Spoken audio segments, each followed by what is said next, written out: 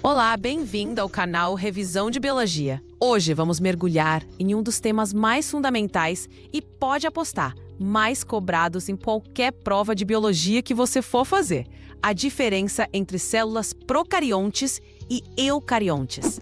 A gente vai desvendar os mistérios dessas estruturas, entender suas organelas e, o mais importante, ver como o Enem e os vestibulares adoram cobrar esse assunto.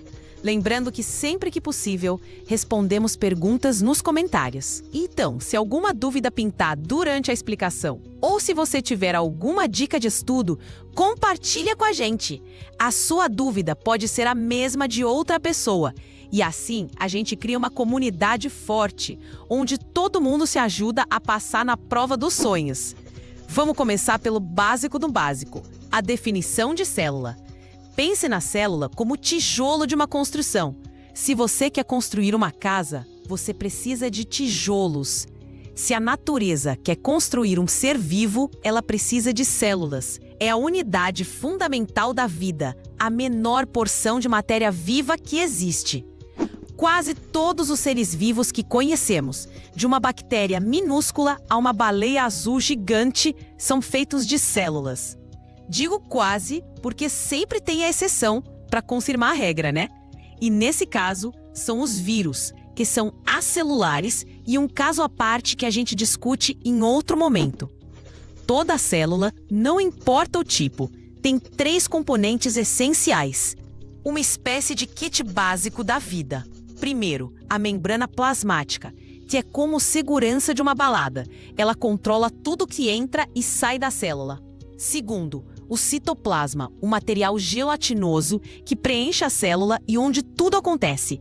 E terceiro, o material genético, o nosso famoso ADN, que carrega todas as instruções para a célula funcionar, como se fosse o chefão, o grande cérebro da operação. Guarde bem esses 3: membrana, citoplasma e ADN. Agora que temos a base, vamos dividir o mundo celular em seus 2 grandes times: os procariontes e os eucariontes. O nome já nos dá uma pista gigantesca. Em biologia, entender a origem das palavras, a etimologia, salva vidas. Carion vem do grego e significa núcleo. Pro significa antes ou penitivo. Eu significa verdadeiro. Então, procarionte significa antes do núcleo e eucarionte significa núcleo verdadeiro.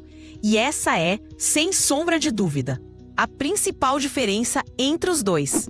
Vamos começar pelo time mais antigo e mais simples, o dos procariontes. As células procariontes são como uma kitnet, um estúdio.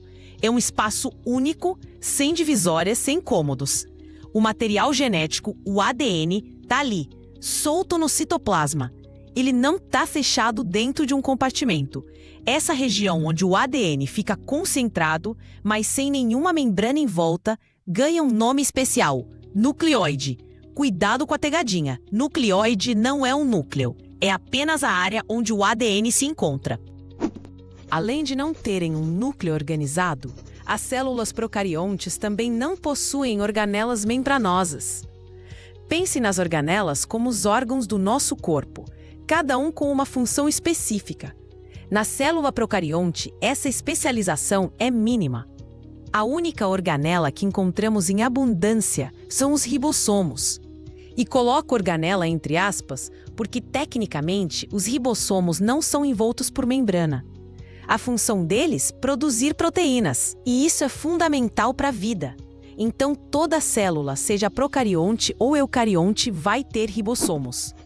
É como se na nossa kitnet a única mobília fosse a máquina de fazer comida. Essas células são estruturalmente muito mais simples e, consequentemente, bem menores que as eucariontes. Quem são os representantes desse grupo? Basicamente, os seres do reino Monera, as bactérias e as arqueias. Então, sempre que uma questão de prova falar em bactéria, seu cérebro já tem que acender uma luz de neon piscando. Procarionte, sem núcleo, sem organelas membranosas. Vamos detalhar um pouco mais a estrutura de uma bactéria típica, que é o exemplo clássico de procarionte. De fora para dentro, muitas bactérias podem ter uma cápsula, uma camada extra de proteção, como uma armadura gosmenta, que ajuda a se fixar e a se proteger do sistema imunológico do hospedeiro. Logo abaixo, temos a parede celular. Atenção aqui, isso é ouro para a prova.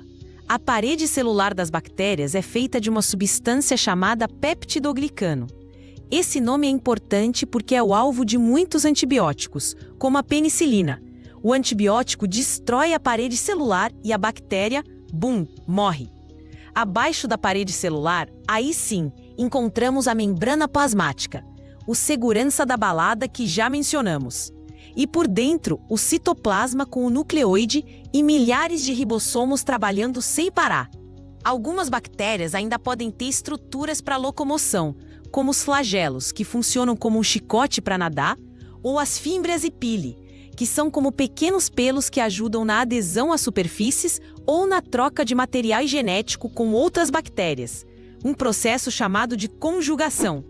Agora, vamos para o outro lado do campo, o time das células eucariontes. Se a procarionte era uma kitnet, a eucarionte é uma mansão com vários cômodos, cada um com sua função específica e bem delimitada por paredes. Essa é a grande sacada evolutiva das células eucariontes, a compartimentalização. E o que são as paredes dos cômodos? São as membranas.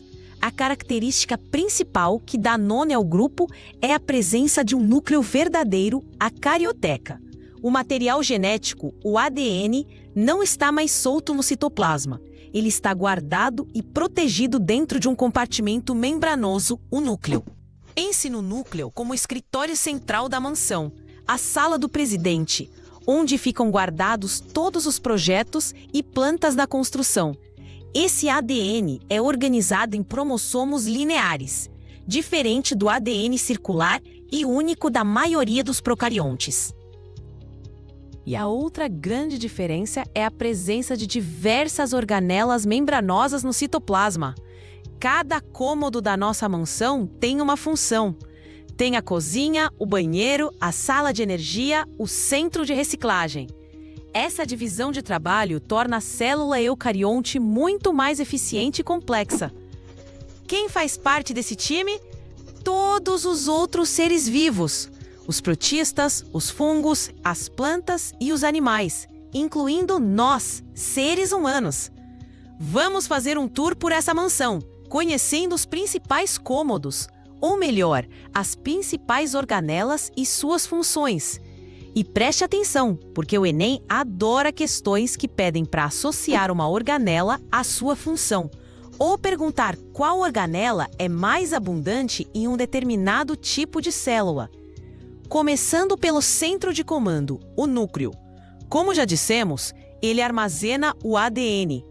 A membrana que o envolve é dupla e cheia de poros, que permitem a comunicação com o resto da célula. Dentro do núcleo, geralmente encontramos uma região mais densa chamada nucléolo, que é a fábrica de ribossomos. É isso mesmo, os ribossomos, aquelas maquininhas de fazer proteína, são montados aqui. Falando neles, os ribossomos, assim como nos procariontes, eles são responsáveis pela síntese de proteínas. Nas células eucariontes, podemos encontrá-los livres no citoplasma, produzindo proteínas que serão usadas pela própria célula, ou grudados em outra organela, o retículo endoplasmático, que já vamos conhecer. Uma curiosidade que pode aparecer em provas mais aprofundadas é que os ribossomos eucariotos são um pouco maiores e mais complexos que os procariotos. Saindo do núcleo, damos de cara com um sistema de canais e bolsas membranosas chamado retículo endoplasmático. Ele é como o sistema de corredores e a linha de montagem da nossa fábrica-mansão. Existem dois tipos, e a diferença entre eles é crucial. Primeiro, o retículo endoplasmático rugoso ou granular. Ele tem esse nome porque sua superfície é cheia de ribossomos aderidos, o que lhe dá uma aparência rugosa. Se os ribossomos produzem proteínas e eles estão grudados aqui, qual a função dessa organela? Produzir proteínas que serão, em sua maioria, exportadas para fora da célula ou que farão parte de outras membranas. Pense em células do pâncreas que produzem insulina, um hormônio proteico. Elas são lotadas de retículo endoplasmático rugoso. Ao lado, temos o retículo endoplasmático liso. Ele não tem ribossomos, por isso a aparência lisa. Suas funções são outras.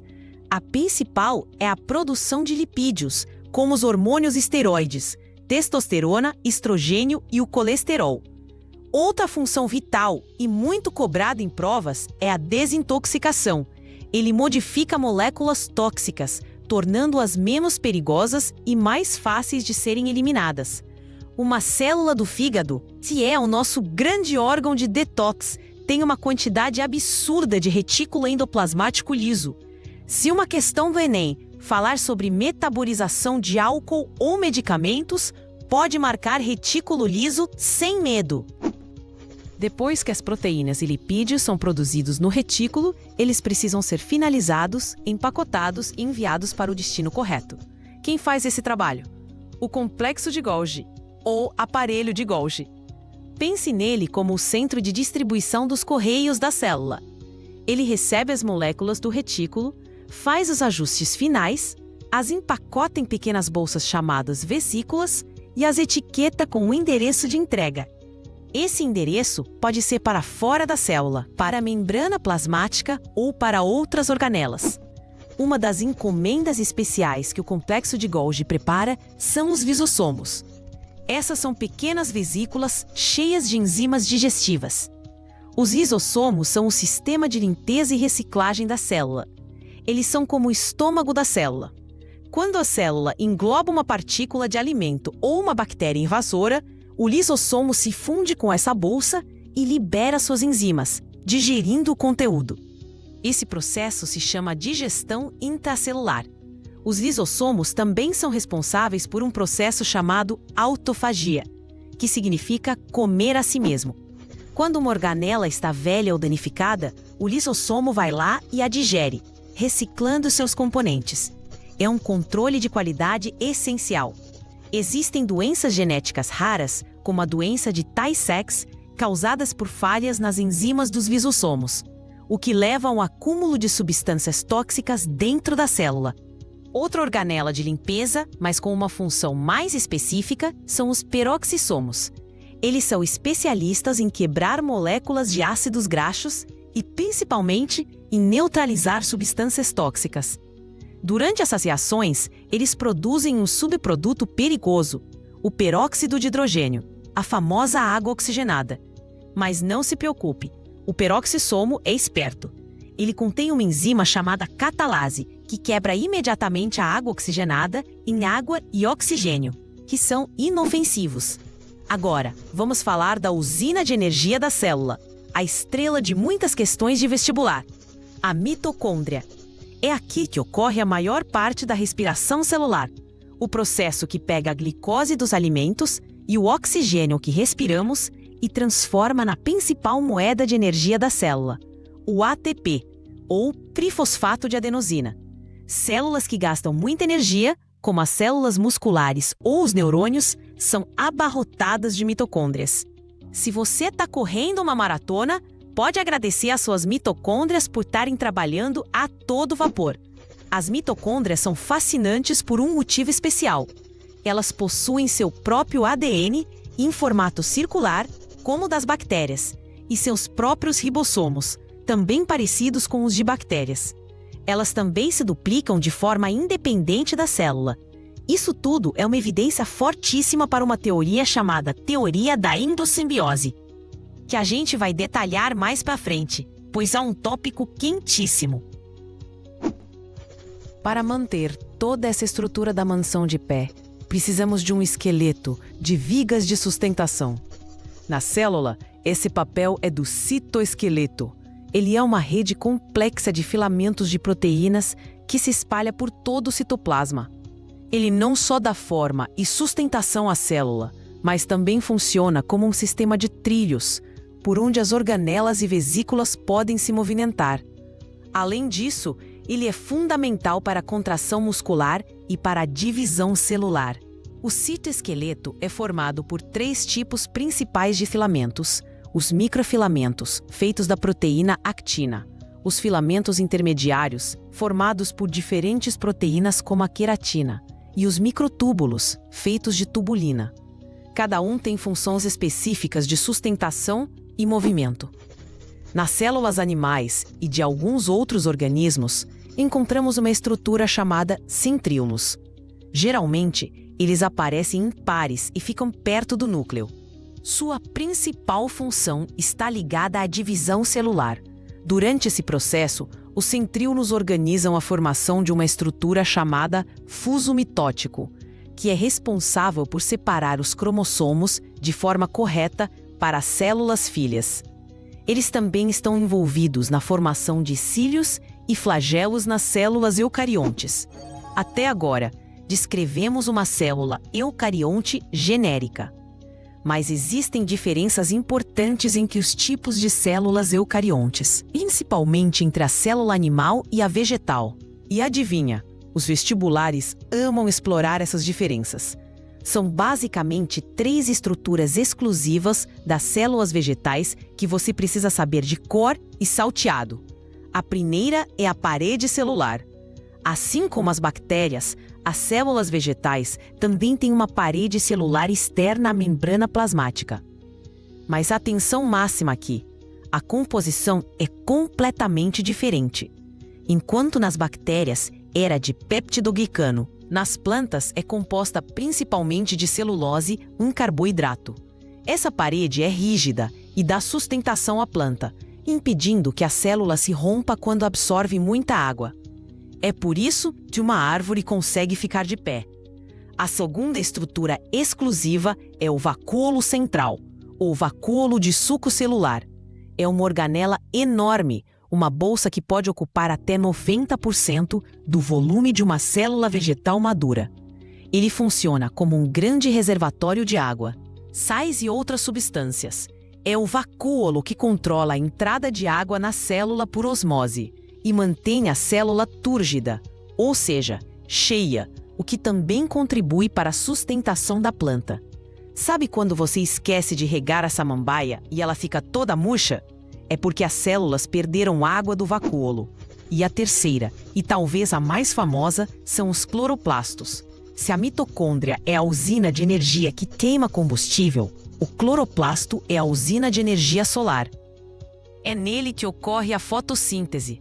Os cloroplastos contêm clorofila, o pigmento verde que capta a luz do sol. Usando essa energia luminosa, mais gás carbônico e água, a planta produz seu próprio alimento, a glicose, e libera oxigênio. E aqui vem o detalhe que conecta tudo. Assim como as mitocôndrias, os cloroplastos também têm seu próprio ADN circular e seus próprios ribossomos, semelhantes aos de bactérias. E também se autoduplicam. E isso nos leva de volta à teoria da endossimbiose, proposta pela brilhante bióloga Lynn Margulis, lá na década de 1960. Essa teoria é uma das ideias mais importantes da biologia evolutiva e explica a origem das mitocôndrias e dos cloroplastos. A proposta é a seguinte: há bilhões de anos existia uma célula eucarionte primitiva, que já tinha núcleo, mas não tinha essas organelas. Essa célula, em algum momento, englobou uma bactéria aeróbica, ou seja, que usava oxigênio para produzir energia. Em vez de digerir essa bactéria, a célula hospedeira e a bactéria estabeleceram uma relação de simbiose, de ajuda mútua. A bactéria ganhava proteção e nutrientes, e a célula hospedeira ganhava uma fonte de energia muito mais eficiente. Com o tempo, essa bactéria evoluiu e se tornou o que hoje conhecemos como mitocôndria. Um processo semelhante teria acontecido para o surgimento dos cloroplastos. Uma célula eucarionte, que já possuía mitocôndrias, teria englobado uma cianobactéria, um tipo de bactéria que faz fotossíntese. Novamente, estabeleceu-se uma relação simbiótica. A cianobactéria protegida fornecia alimento para a célula hospedeira. Com o tempo, ela evoluiu para se tornar o cloroplasto. Isso explicaria por que apenas as células vegetais e de algas têm cloroplastos. As evidências que sustentam essa teoria são exatamente as características que mencionamos. O fato de mitocôndrias e cloroplastos terem ADN próprio e circular, ribossomos próprios e semelhantes aos de bactérias. Uma membrana dupla, a interna seria da bactéria original e a externa da célula que a englobou. E a capacidade de se autoduplicar são provas muito fortes de que um dia eles foram seres procariontes de vida livre. O Enem adora essa teoria, então entenda bem as evidências. Vamos recapitular e organizar as ideias para fixar de vez. A grande linha divisória é o núcleo. Procariontes, como bactérias, não têm núcleo definido. O ADN fica no nucleoide. E não tem organelas membranosas. São simples, pequenas e eficientes na sua simplicidade. Eucariontes, como animais, plantas e fungos, têm um núcleo verdadeiro que protege o ADN e um citoplasma superorganizado, cheio de organelas membranosas, cada uma com uma função, como uma cidade em miniatura. Dentro dos eucariontes, temos as diferenças entre a célula animal e a vegetal. A célula vegetal tem 3 extras: a parede celular de celulose para dar rigidez, o vacúolo central para armazenar água e dar sustentação, e os cloroplastos para fazer fotossíntese. A célula animal, por sua vez, tem lisossomos e centríolos, que geralmente estão ausentes nas células vegetais superiores. Saber essas diferenças é a chave para resolver uma infinidade de questões.